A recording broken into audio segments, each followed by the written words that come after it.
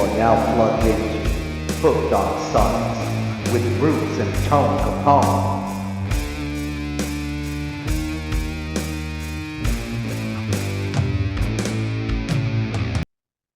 And we're live. What's up, everybody? Welcome to a very frigid edition of Hooked on Sonics. I am one of your two hosts, Bruce, and as always, everyone's brother from another mother, the Tone Capone. And this week, we are bringing each other and you some pretty cool albums. Last week, I gave Tony Slash's latest album, Orgy of the Damned. And then he gave me Blue Oyster Cult's fourth studio album called Agents of Fortune. Um, so lots to get into with those. And of course, as always, we're going to talk about what we've been listening to besides these albums, getting a little bit of music news, and we got our wet our whistles, and we're going to tell you all about what we're drinking. Before we get into all that, Tony, how are you, my friend? Good evening. What up? I am cold, bitterly cold. I know that you guys got hit with a lot of the ice, but we got dumped on with a lot of snow. I think I've sent you some pictures, Mm-hmm. and I took yesterday, and I have a snowblower that's electric that uses a battery. No, it's not the biggest, baddest snowblower on the face of the planet, but it does its job. Mm-hmm. It's just not made for this. It's doing what it can. And I've done burned the battery up twice. It takes 2 hours to charge the battery. And I was able to dig my way out of the back door, dig my way to my garage door, which is a very short distance, Mm-hmm. and then dig the snow mound from the plows that go up against the garage doors, enough for Kate to get out of the garage. Came back in, started working on the rest of the way of out in front of the garage and aiming the snow beside my car, beside the garage, and back up into the yard. I haven't dug my car out yet.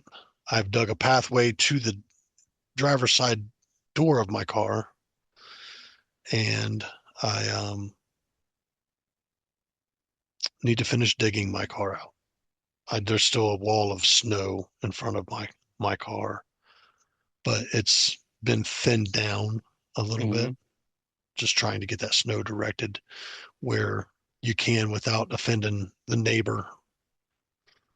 You don't want to, they did all their hard work to get their area cleared off, and you don't want to throw all your snow all over their hard No, work. You know what I mean? that makes for a So, bad HOA meeting.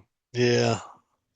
So, with that being said, I took today off and took care of the grandson while his mom was working, and we had a pretty good day. And he wore Yeah. me out, bud. Yeah, he wore me out. I ain't even gonna fake the funk. He wore me out. Youth, energy is so wasted on it. You should just have one more. Why not? One more grandson or one more Uh, grandkid? no. One more baby? Oh, yeah, that's right. Personally, I I wouldn't mind, to be honest. You're Ho- crazy. However, I just don't think it would be right in this juncture of my life, and being as old as I am, Mm-hmm.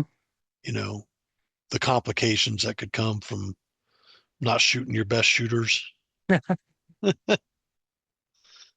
so Yeah, no, there's no way. Whenever I spend like a week, um, with any of the grandkids, I'm whooped. I'm good.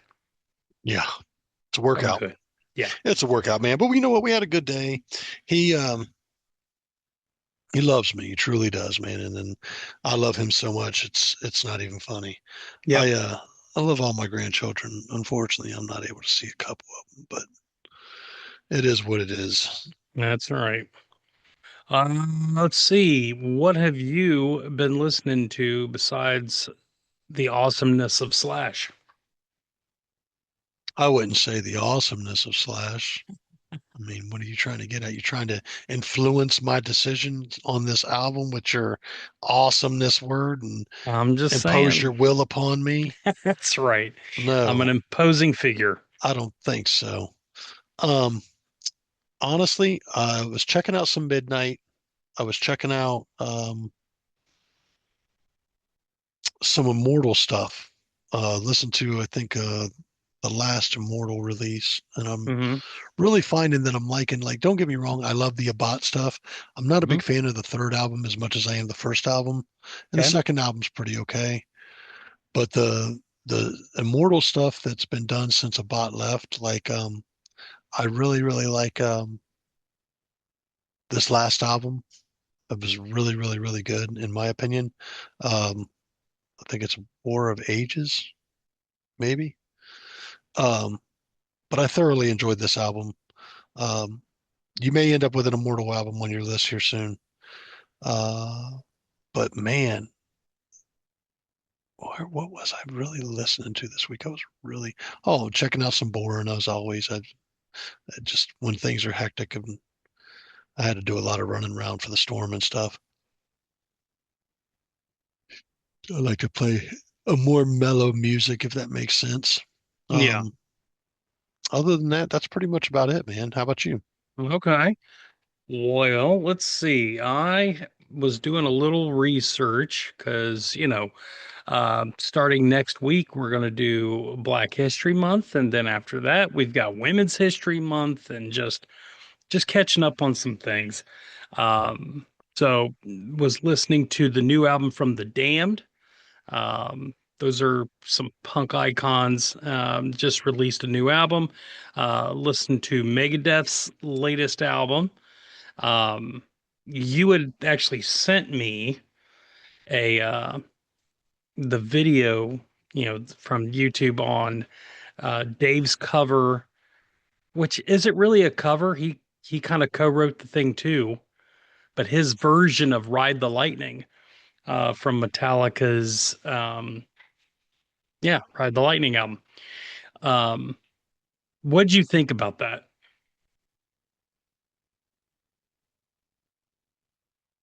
Man, that's tough to say. I really looked forward to the hearing what this was going to become. And I think it's one of those situations where, for me, there were things on the track that wasn't as impactful as the original. I mean, I can remember the first time I listened to Ride the Lightning Hmm. and how impactful that album was. I was Absolutely. I was just a kid, about 13 years old, maybe 12, 13, somewhere between 12 and 14 years old, going to Westland. And I remember Fade to Black just being such a killer track on that album as well. Mm. For Whom the Bell Tolls. Hmm. And the album was huge, man. But I've got to say, in all honesty, I dig Dave's vocals. I just don't dig him on that track. No, I completely agree with you. I think musically sounds perfect. Like it's his song. He knows how to play it, but his vocals, and I don't even think peak Dave in his prime vocals would fit with that song. I think James. I think that's a good way to look at it too. Is like, let's think about this: Hmm. the mechanics. Hmm. Okay, you know what that is, Four Horsemen. right? Listening to both the songs with the riffs sounding similar, but the lyrical content sounding different, Hmm. they make sense. Yeah. This didn't make sense. It just vocally, it just didn't. It didn't jive with me. And it's not, and I don't want to say it's because Dave's vocals were aging or even if it was in his prime. I just don't know. I think that it's a song that's so ingrained that if you weren't singing somewhat in James's register, Hmm. it's going to sound completely different to your ears than what you're looking forward to or wanting to expect to hear. Yeah. No, I mean, I think even listening to James sing Ride the Lightning now, I think they've tuned it down a little bit. So it's not in the original key. And I've always not been a fan of that. Like my general feeling is if you can't sing it in the original key, just don't sing it. That's kind of a me thing. I think that's kind of lame. I mean, Yeah, there's a I lot of disagree. bands. There's a lot of bands that, as the singers have aged, that they've had to tune down just a little bit. I mean, here's the thing. How much I've is too much? I've heard that even Def Leppard is tuning down for Joe Elliott. Yep. Okay. They're still out touring. They're still having a good time. People are still willing to pay for it and see it. As long as they all sound, you know, age comes with time, but becomes a point where your voice is so aged and you're not doing the song any justice that you've Mhm. got to lay it up. And a lot can be said for, you hear a lot of people say Vince Neil, you know, or um, Don Dokken. Yeah. Huge example. And here's the thing: when the guy was in his prime, there was very few people that could touch Don Dokken's vocal. Hmm. When the guy was in his fucking prime. However, there just becomes a time when you got to look at yourself and go, am I really providing a quality show? Right. Well, Bon Jovi's a perfect example of it. His stuff's been tuned down significantly, and it hardly sounds like the same song. Um, I knew Kiss did "Tears Are Falling" uh, during the last tour. Even with the lip syncing, it sounded horrible. It was too low. The key was too low, and it loses a lot when bands do that. But getting back to Dave, I think musically it was a great attempt. I think the album itself is pretty damn solid, but that was not a good track for him to try and tackle. So let me ask you this. If he was Mm. going to tackle another Metallica tune that he possibly wrote, what would you say? Hmm. I would say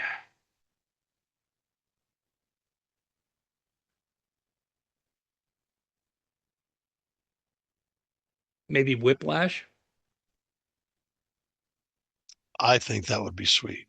I'd have to agree with you there. I think Dave's vocal could fit Whiplash. Hmm. In the right I'm situation, I think it could, yeah.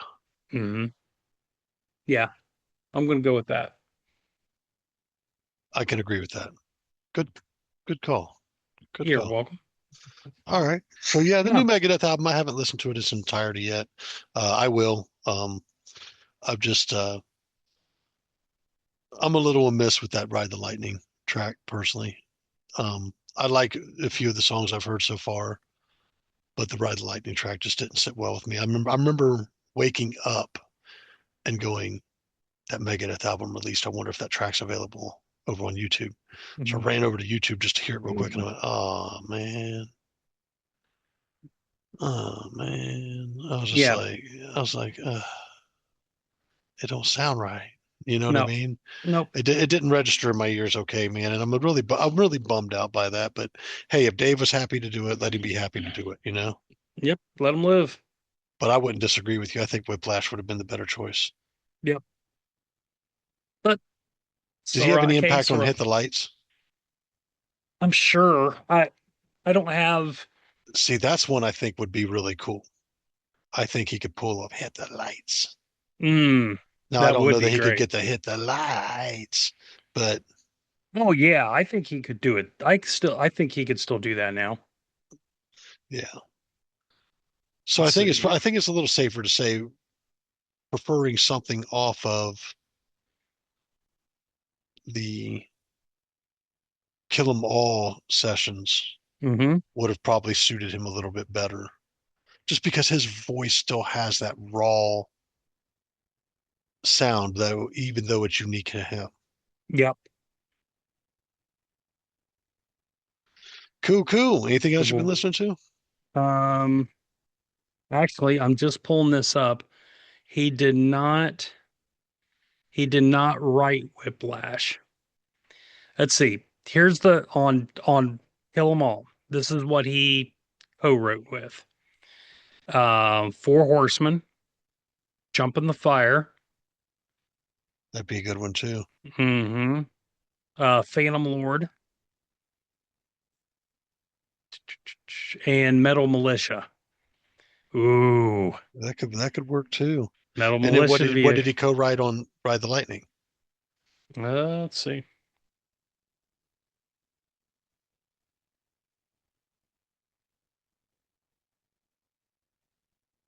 On Memento.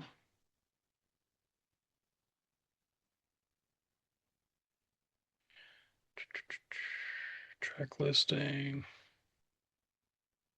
Ride the Lightning and the Call of the Cthulhu. Call of Cthulhu. That would have been a good one for him to do. Hmm. He could have left all vocal work off of it Yeah, because because there wasn't it. There was I believe Call of Cthulhu's is instrumental. And correct. if he had any input on it, that would have been fucking sweet. Yep. Yep. He was a co-writer on that and Ride the Lightning. So cool. Interesting. So he didn't do either one of the ones we mentioned. Yeah.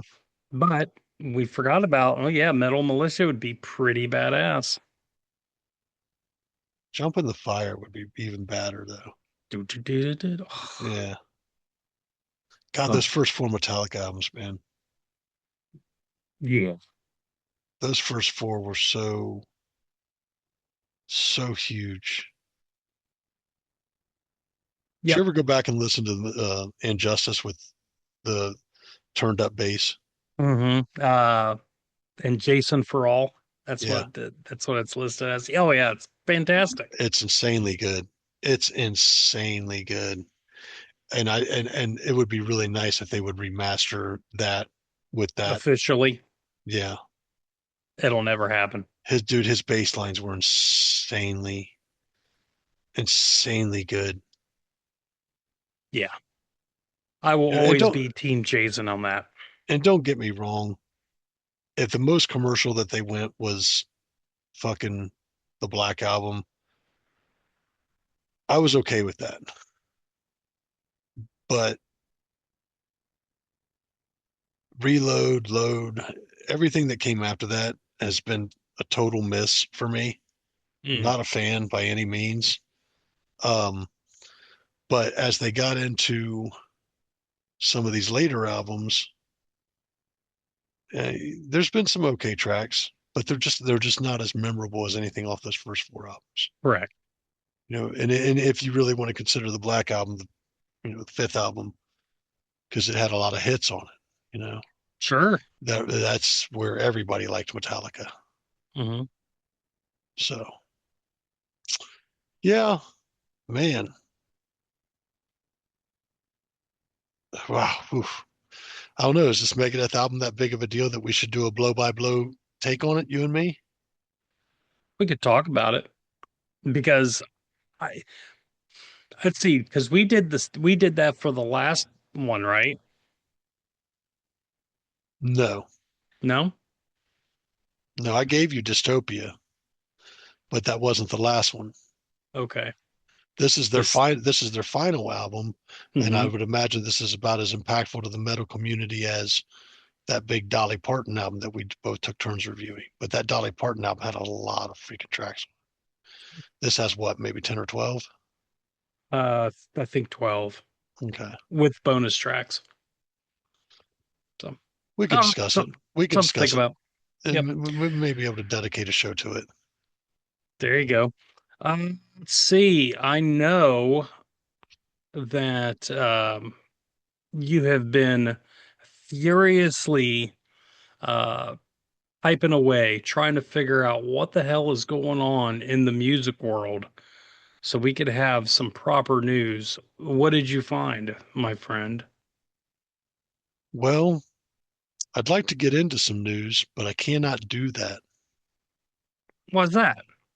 Well, because we bring not only music reviews and news to the shows, we Uh-huh. bring brews reviews to the shows. So my question to you, sir, what are you drinking? Well, a little something new. Um, I am celebrating everything Tennessee. I've got my Tennessee hockey sweater, and I've got from the Tennessee Brew Works in Nashville, Tennessee. I'm giving you the Urban Hiker Tennessee Lager. Uh, Okay. that's right. I think Well, it's ain't that interesting? it is. It is locally brewed and operated um, in Nashville, Tennessee. They've been around for, I don't know, at least 10 years that I can think of, but I've never had their beer. They do a lot of IPAs and all that kind of stuff, which I can't stand. So when I found that they had a lager, that's more up my alley. So we're going to give this bad boy a try.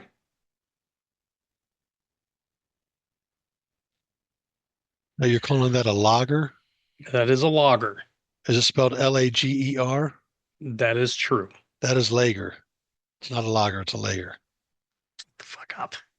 You ain't ever heard somebody, hey man, let's go get a lager? No. Are you in Minnesota or something? Lager, Maine? I'm Or just messing with you, man. I'm just anyway. messing with you. I like lagers.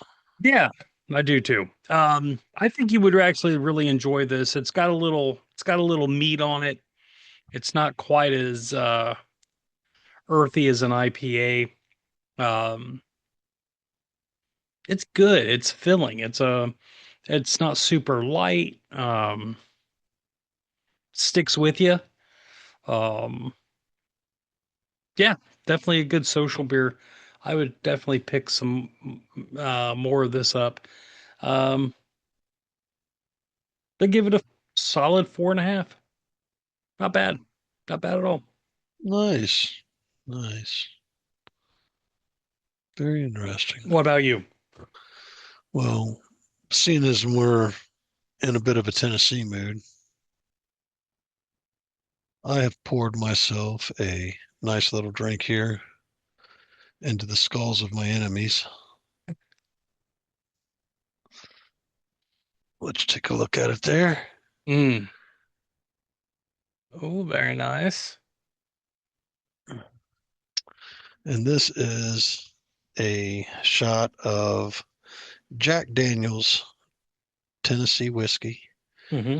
Bonded. Jack Daniels bonded. This comes in at Uh-huh. 100 proof, like all bonded should. This is an amazing representation of Jack Daniels. I actually prefer Jack Daniels at 100 proof, and I really, really like the bonded series. I've drinking several bottles of this.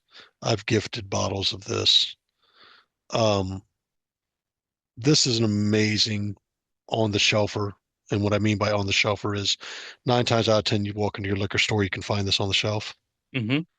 Um, Especially for the price. It's a great, great bourbon. I've had this several times over. Take a small sip.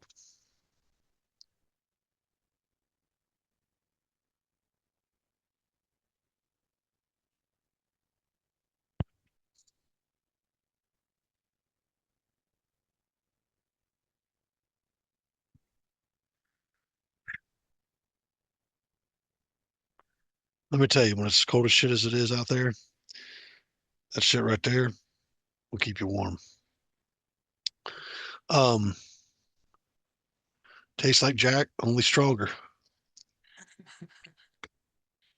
And that's the truth. If you know the taste of Jack Daniels, it's what this is. Um, it was a little wicked hit me in the back of the throat a little quicker than I anticipated. But That's what she said. I'll give this one a 4.5 as well. It is Mm, not my favorite bourbon, but it does rank among some of my favorites I would pick up, especially something that's reliable and on the shelf. We'll hmm. do another drink of it here real quick.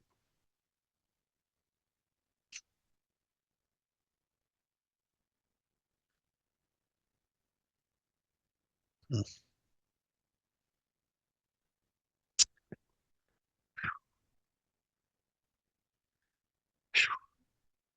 That'll get her done, son.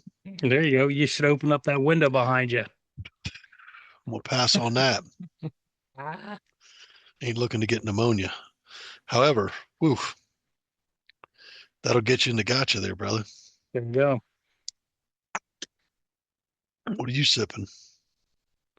I felt left out because you were drinking out of the skulls of your enemies, so I did the same thing. I Nice, just took some beer.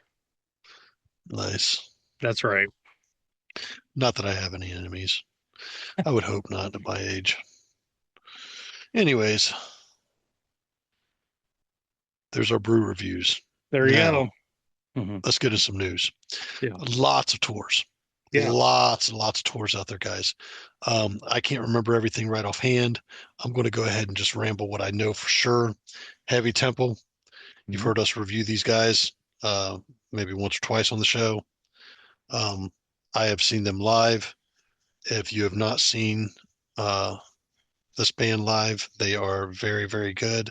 They are fronted by the bass player singer, Nighthawk. She is an amazing individual. Writes, I think, the majority of the music, if not all the music, and is a very talented bass player slash singer.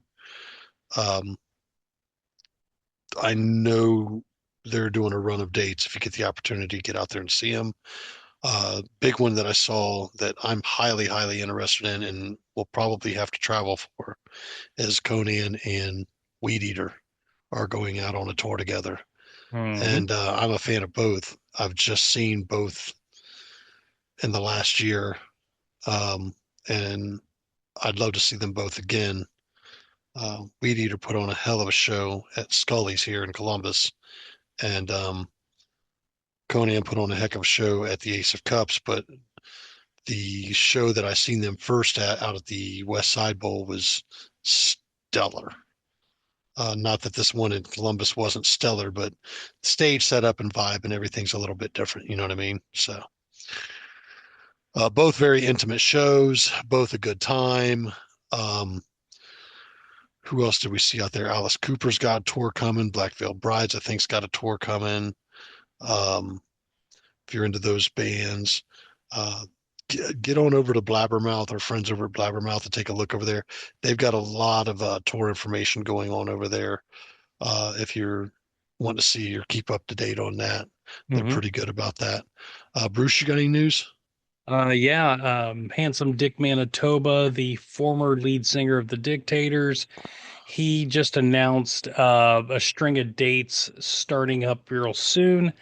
Um, Going out again with the killer punk band, The Strains, out of Michigan. So they're hitting the road again. Definitely want to check those guys out. The Strains actually just finalized a new single. Um, so they're getting ready to release that here soon. I can't remember the name of the single off the top of my head, but should be exciting there. Let's see. Couple birthdays. Happy birthday, Mozart. Oh, and happy birthday to the Grand Mistress Nighthawk of Heavy Temple. There you go. However, I think she will have a better time hearing us than Mozart. Wasn't I'm he sure. deaf? I'm Was pretty Mozart deaf? positive. I want to say he was. Okay. Anyway, he was born in 1756 today, so that's old. Mahalia Jackson. Is he still She is, putting out music? yes, from your AI overlords. I think he just released a version of Ride the Lightning as well. So stay tuned for that. um, gospel singer, phenomenal voice, Mahalia Jackson. Um, she passed away today in 1972. Oh, And blues legend Elmore James was born today in 1918. So, um, is he related to Jake Elwood? no, be a lot cooler if he was. Let's see. Here's a album celebrating their 56th anniversary. Van Morrison's Moon Dance, Nice. absolute stellar album by Van Morrison, and the Dixie Chicks. Remember them? Oh, we're not allowed to call them Dixie Chicks anymore. They're just chicks. Uh, their big breakout album, Wide Open Spaces, was released 28 years ago today. So, wow, we're getting old. And that's what I got for And that Z. is the news. Cool. Yep. We have done news. We have done brews. We have talked some tunes. Now let's get into these reviews. Who's up Yes, first sir. this week? I believe you are, my friend. I think you're lying. Not me. Oh, you do this shit on purpose. Always. All right, I didn't get to write a chance to write any pre-notes on this. This has been a really weird week with the snow hitting and all. Hmm. So I'm going to give you this review on Slash's Orgy of the Damned. I believe, like Bruce said, this is his most recent offering. Um, this is, as I understand it, a blues cover album. A lot of blues tunes on here. Hmm. Um, there are a lot of guests on here as well, so you'll hear me say featuring. Um, some of these people you may or may not know. I'm not going to pretend like I know everybody. I will, take a wild guess at who's who and go from there. But I will tell you my first impression or my final impression of this album after listening to it is it's so dialed in. It is a very dialed in album. It's like Slash decided he was going to do a blues cover album and he would handpick everybody that would be working on the album or singing on the album with him. And the people that he has picked, pretty much this is a dialed in thing. It's like, all right, this voice would sound great on this song. It's just a dialed in tune. I have no other way to describe it other than it's just really dialed in. Very If eclectic group. if you can't take the best in their field and come up with a solid album,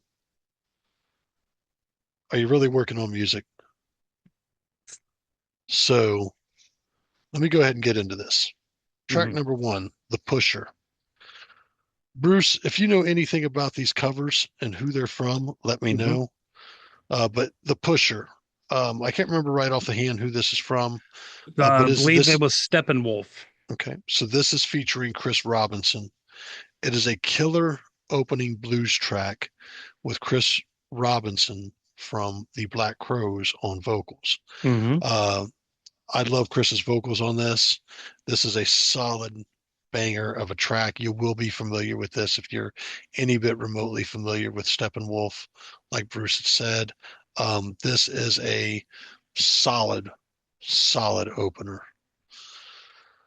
Track number two, Crossroads, featuring Gary Clark Jr. This is a classic blues banger version of this tune.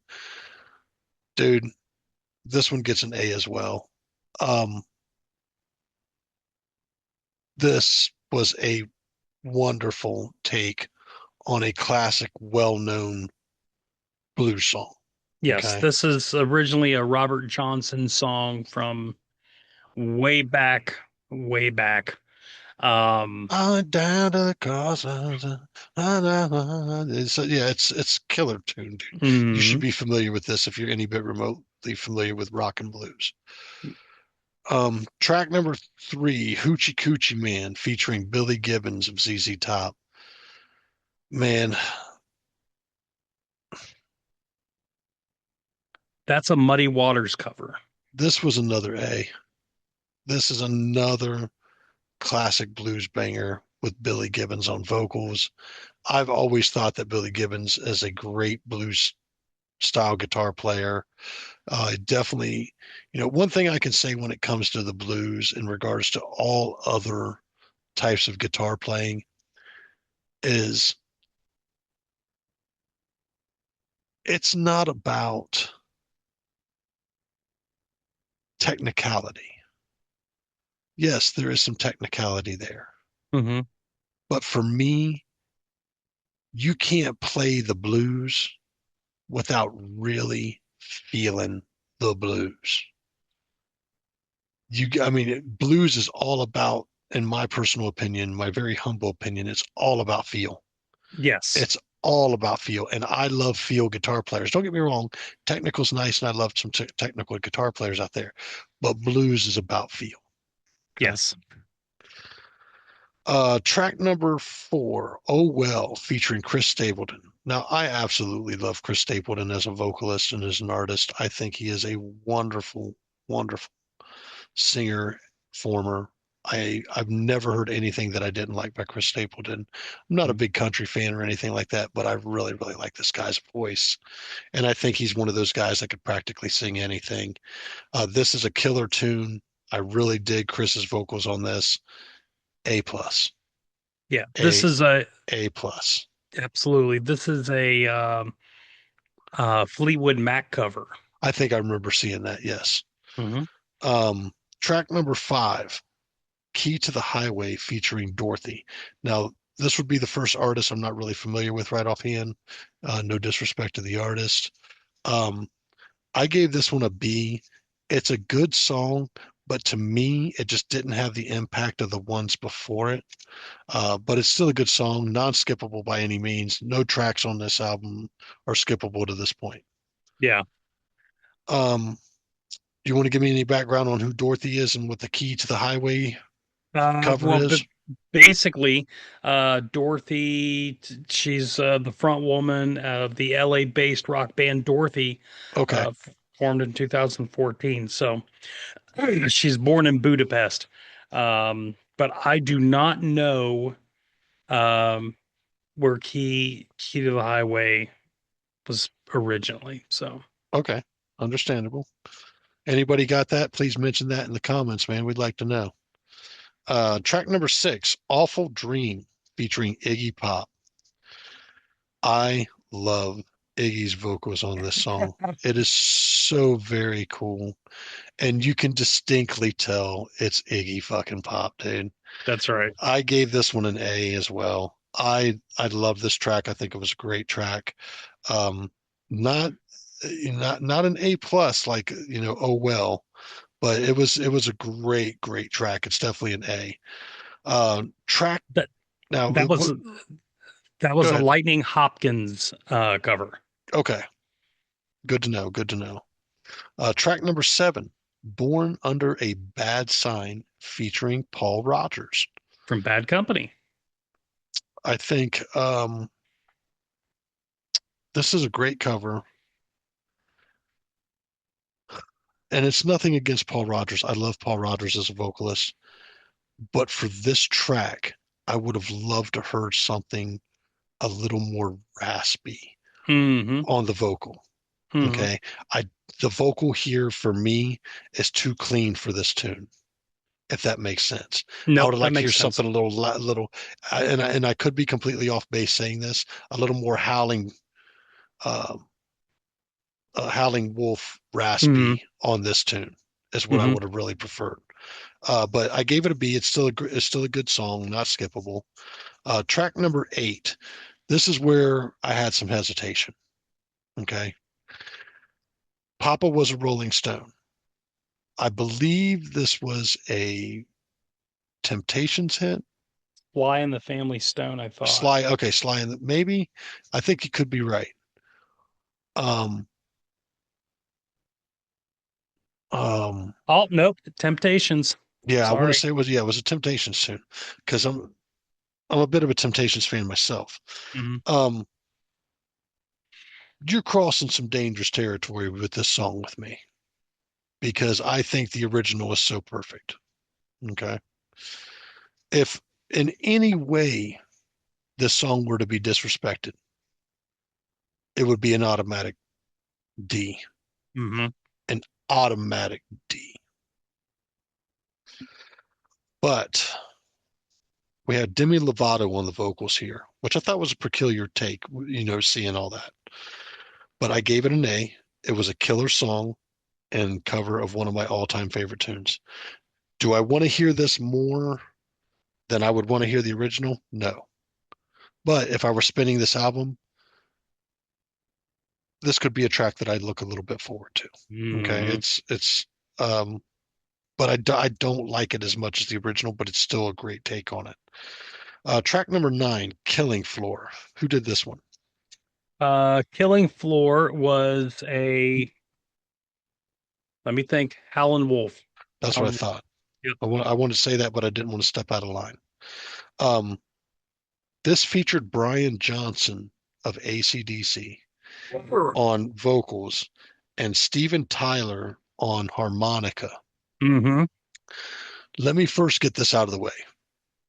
Steven Tyler did a great job on the harmonica on this take. Um, I really like hearing harmonica, especially from someone who seems like they really know what they're doing with the harmonica. Yes. So this was great, but the mind blower here was Brian's vocals. Absolutely blew my wig completely back. Not quite what I expected. Absolutely loved it. I read that Slash picked him for this song because he knew what he could do in the realm of this vocal style. Yeah. And it was a perfect fit. I gave this one an A plus. It blew my mind that good. It's pretty wild. It was good, dude. I was like, holy cow, this is good. Track number 10, Living for the City featuring Tash Neal. I Mm-hmm. don't know who Tash Neal is and who's the cover of.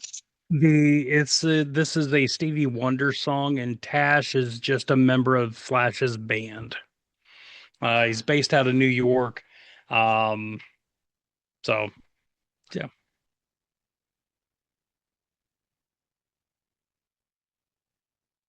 I said this was a good song, but it was long even for me.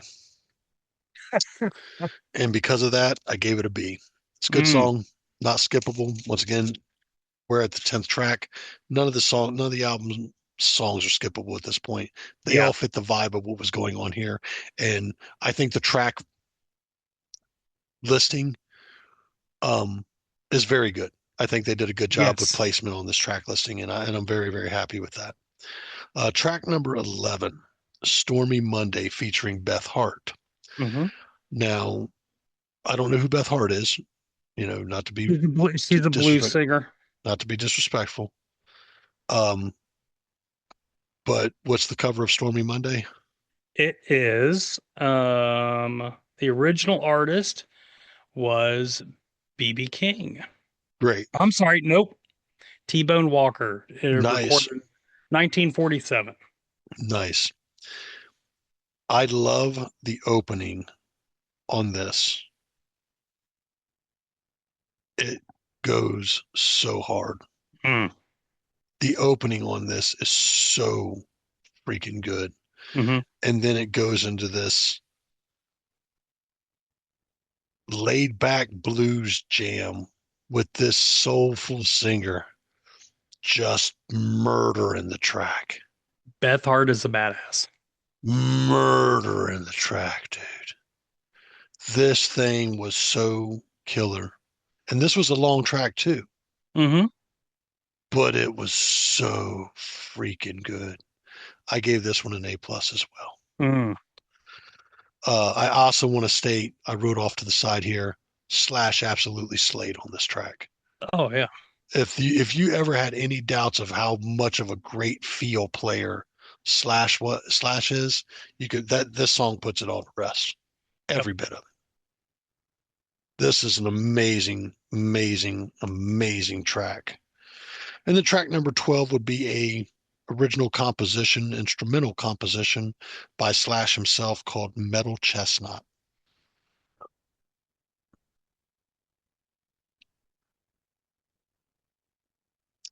This is another killer original instrumental composition, dude. Mm-hmm. This was amazing. Um, I don't know that I would have closed the album out with this. I get why guitar players close out albums with an instrumental. I get it. Mm-hmm. But technically, he could have thrown Metal Chestnut anywhere and it still would have rated an A. Yeah. However, Stormy Monday closing this thing out would have been the banger of a closer. That's the only adjustment I would have made on the album. Mm. Put any song, put Metal Chestnut anywhere else is fine. Anywhere else is fine. Yeah. I don't think it should be an opener. I'll be honest with that. You know. Oh, for sure. So overall, man, this thing had a few A pluses, several A's, 12 tracks. I've got 12 tracks with one, two, three,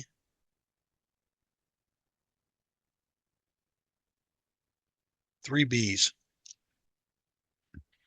and a few A pluses in there.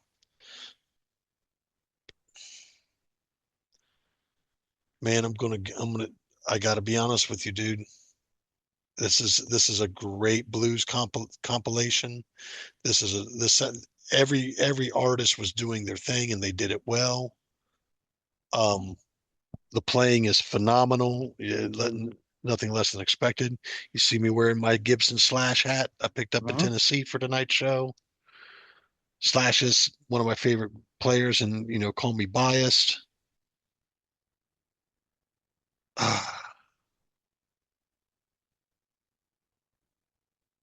I'm gonna go 9 all day, dude. Yeah. This was a solid 9 all day. Um, do I think it should be deemed anything lower than a 9? No. I think the small adjustments are very minor. There may be some tracks that, they're good. They're not, not as stellar as some of the stuff that's on here. Mm-hmm. But there's nothing skippable. Um, what's really good on here is insanely good. Um,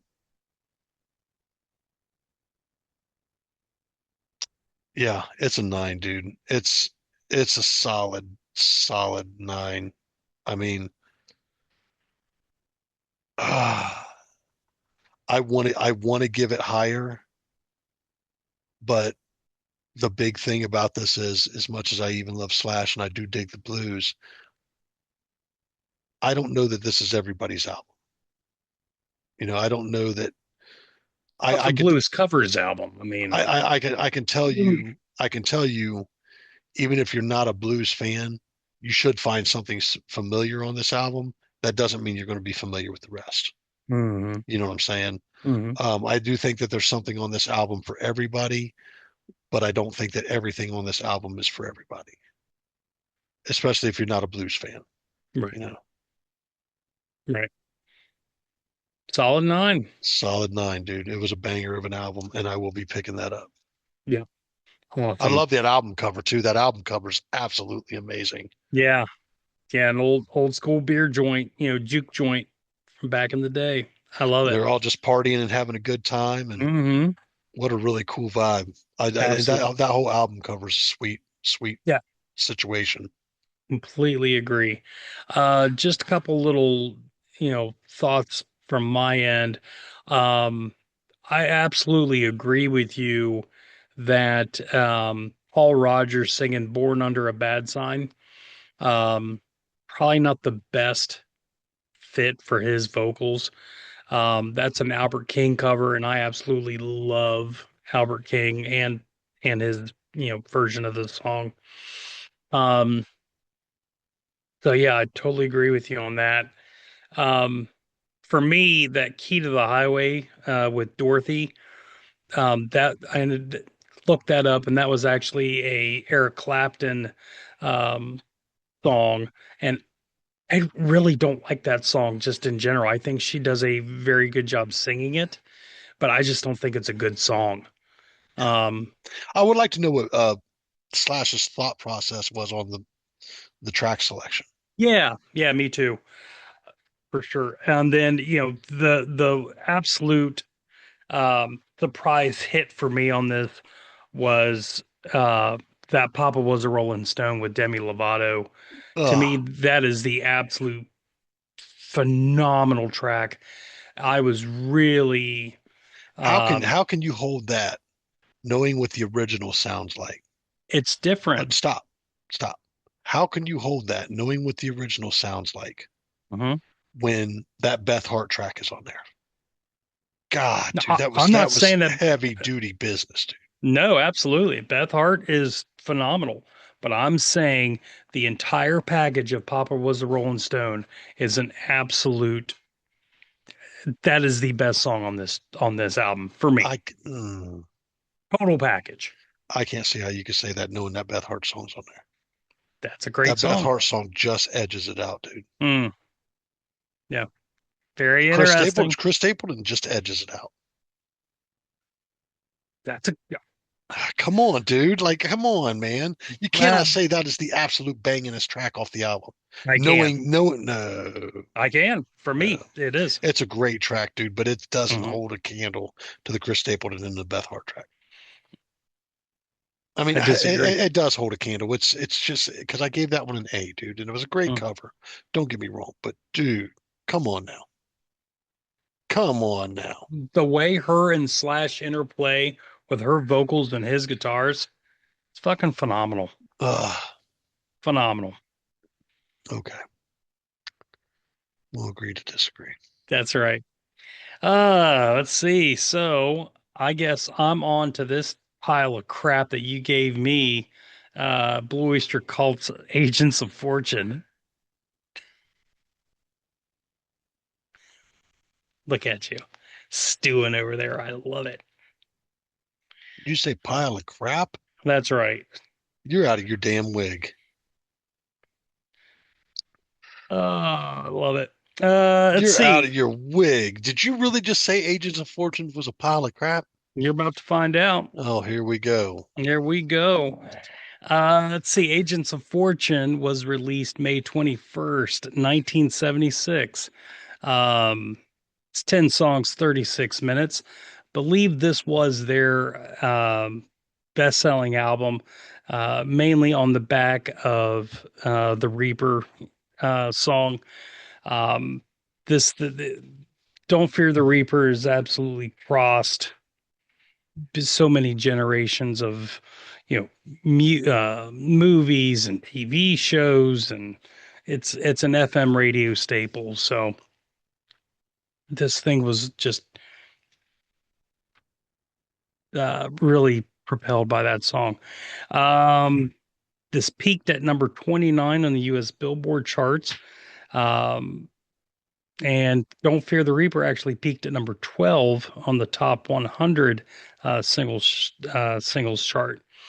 Um, let's see. This is actually the only album in the group's discography to have at least one lead vocal by each of the original band members. Um, so pretty cool there. The album cover, very iconic album cover. Um, the album cover depicts a Belgian magician, Serval Leroy, holding four tarot cards. Um, the album's worth picking up just for the cover. It's a beautiful piece. It's very interesting. So, um, let's see, there was two singles. First was Don't Fear the Reaper and This Ain't the Summer of Love, which was the opening track. Let's see what else on here.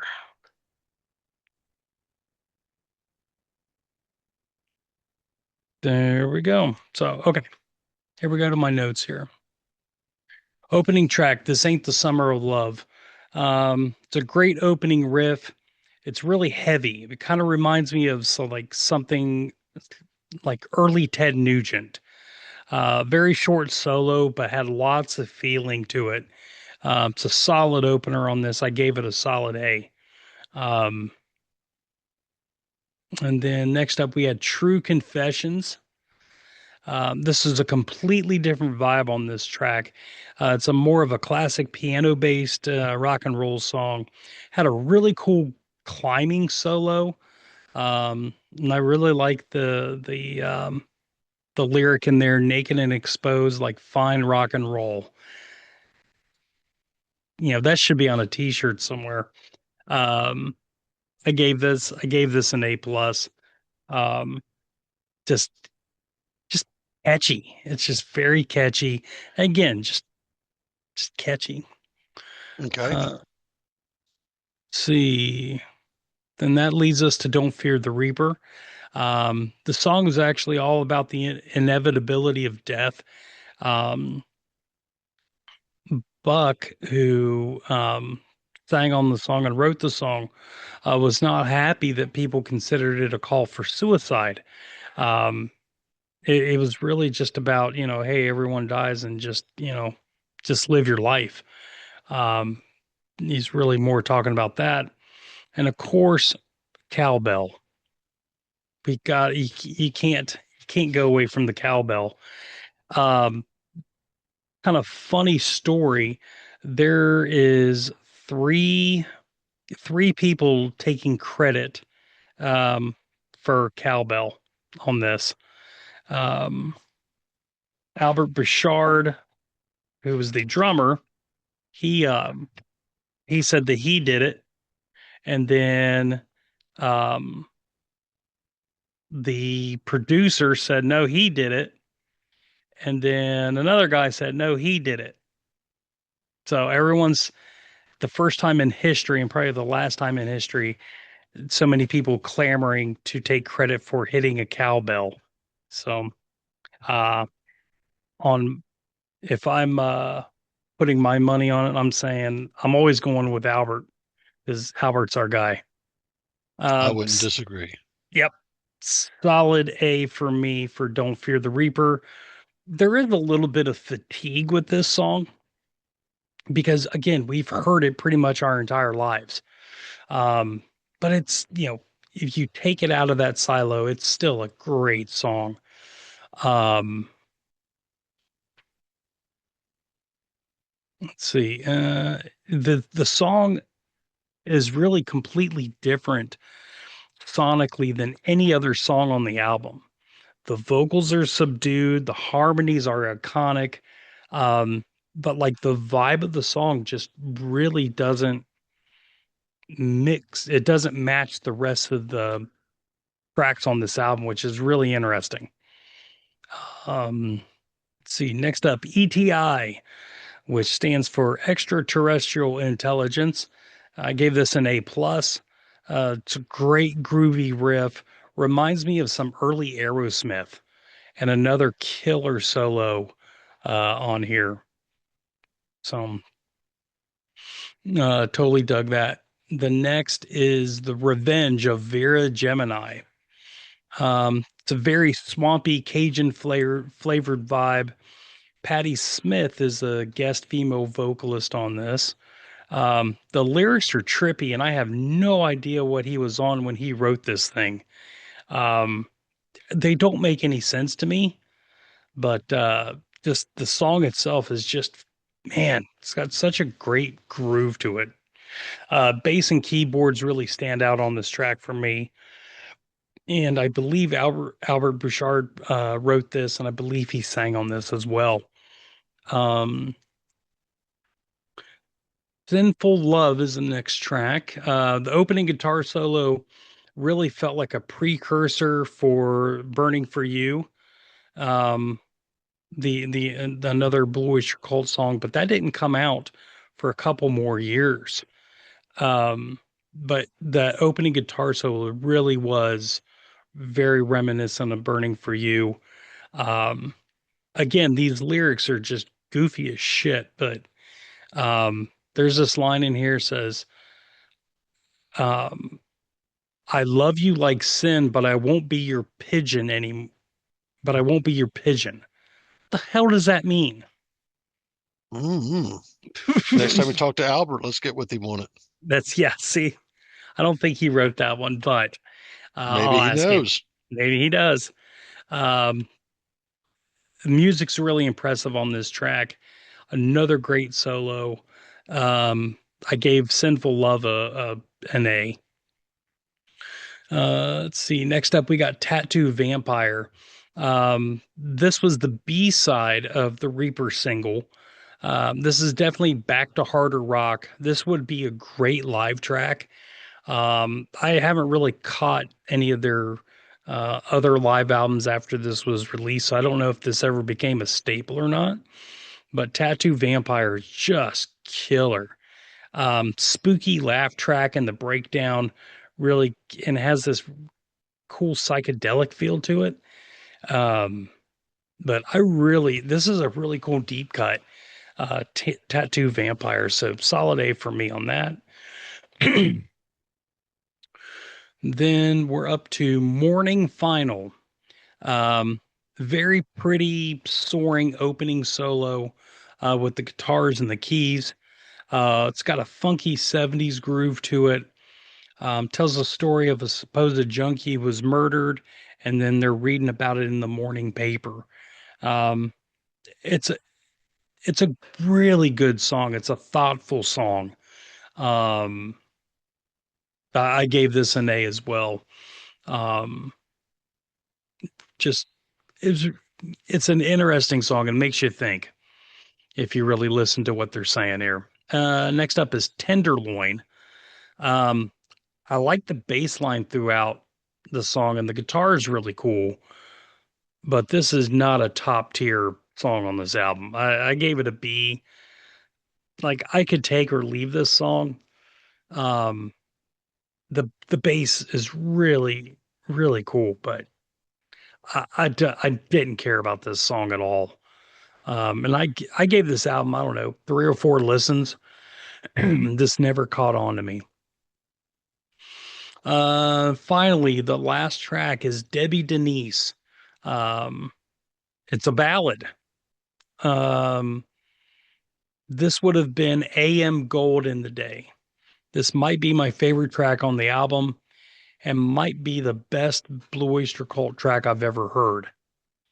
All about a girl he was in love with, and she was always there, but he got so caught up in the band, she finally got sick of being ignored, and she gone.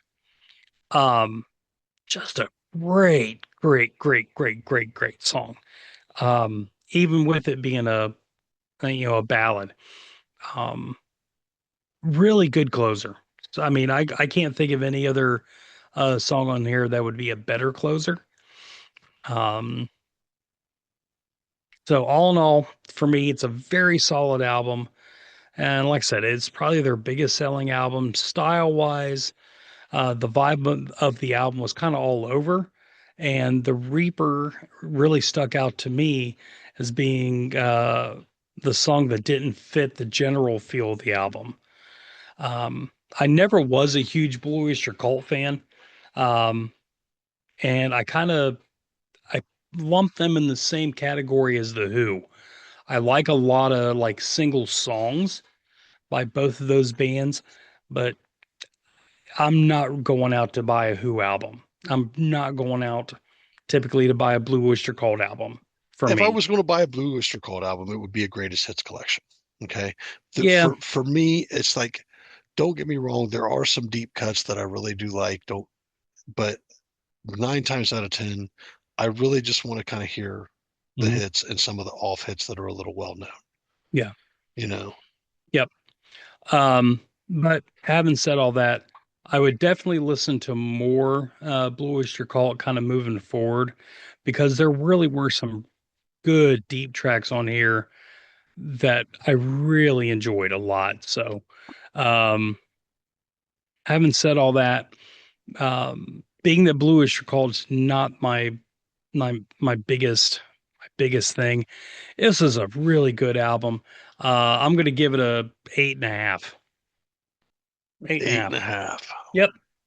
I'll check out some more stuff from them. You should. Yeah. Nice. Nice, nice, nice. Well, there it is. A 9 from me and an 8.5 from you. Yeah. I'm still doing pretty good in the realm of giving each other some pretty solid albums. That's right. And I think if my calculations serve me correctly, we are going into Black History Month next That month. is right. So I believe that this is where we have to do our vetting and give each other musicians of Mm-hmm. the uh, Black community, which I absolutely love. So I had to think long and hard about this. Uh-huh. You are getting one of my all-time favorite bands. A band I have probably seen as many as some of the bands I've seen more than any other bands. Uh-huh. I may have seen this band more than any other band Okay. because I have seen them for many, many, many, many, many years in a row Mm-hmm. as I was growing up. Mm-hmm. And we would catch them at the Ohio State Fair. Uh-huh. Um, I am giving you, God, this was such a hard album to vet too, because the problem is they've got hits all across a bunch of different albums, but I Mm-hmm. wanted to give you something that had a good quality amount of hits on it too. Mm-hmm. So I am giving you Cool in the Gang, Emergency. Nice.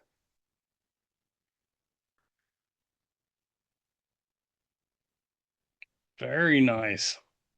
Well, I was actually having a hell of a time trying to figure out what I was going to start this off with. Um, like really having a hard time what I was going to give you. Um, but I settled for this. I wanted to give you something that I'm 100% sure you have never heard. But I know that you love this artist and, um, he's one of the godfathers, uh, of, of the blues. Maybe that second, could say like the second, maybe third generation, blues players. And I'm giving you his debut album, full length album anyway. Buddy Guys Left My Blues in San Francisco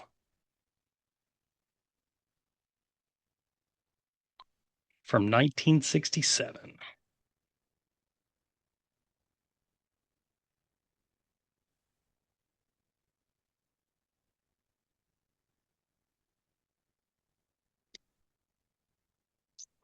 All right. Well, it looks like we got a couple of albums reviewed. We've drank Mm-hmm. some brews. We've talked some tunes. We have done a lot, man.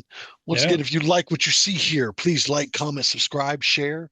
Hit that notification bell down there on YouTube. If you're listening to us over on Spotify or any of your favorite podcast streaming services, send us a shout out, share us with your friends. Um, you know, any and all of that helps to grow the channel. We want to continue to bring great reviews to you guys. And, technically, we don't do this for making money. We do this because we enjoy the giving and talking and discussion of music and albums that are important to us. And hopefully, in the meantime, we can turn you guys on to some albums too. If we've turned you on to an album, let us know. Say something in the comments. If you've, jumped in and listened to a couple albums that we reviewed, you get done doing that, man, say something in the comments. We want to hear it. absolutely. We want to hear your thoughts on it. And if you've got one you'd like us to review, just go ahead and throw it out there as well.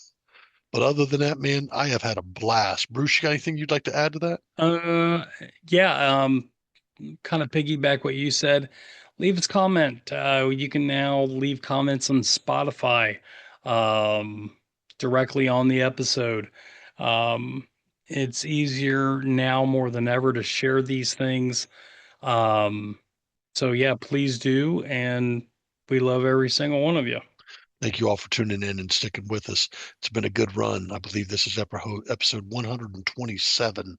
So Woo! we are making a move right through the second one part of our hundreds. And we can't thank you guys enough for just tuning in and listening to two old dudes talk about music. With that being said, Bruce, I've had a blast, man. Thank you for Me too. everything this evening. I'm Tone. I'm Bruce. We are hooked on Sonics. We will see you guys next week. See ya.